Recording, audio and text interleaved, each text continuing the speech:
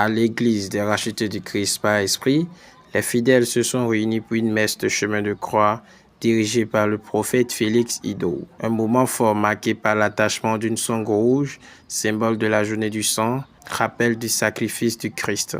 Le prophète Félix Iddo qui explique la portée spirituelle de cette célébration et la signification de la sangle rouge.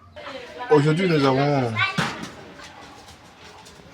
commémoré la passion de notre Seigneur Jésus-Christ, qu'on appelle le vendredi saint. C'est-à-dire l'arrestation et la crucifixion de Jésus-Christ, où il a fait les 14 stations, où Jésus a été condamné à mort.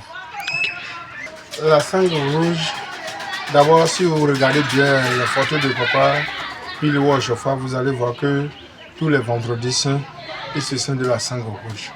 Alors, qu'est-ce que ça veut nous dire? La sangle rouge veut nous dire, aujourd'hui c'est le jour du sang. Et la sangle rouge que nous attachons nous dit le courage dans toutes les tentations que nous allons avoir.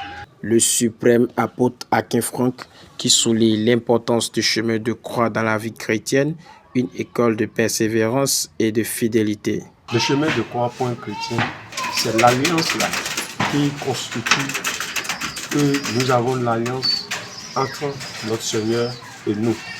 Puisque le chemin de croix pour tout chrétien, c'est ce fardeau que chacun aurait transporté. Et pour le faire, nous devons savoir que c'est dans le chemin de croix que nous aurons fait quoi?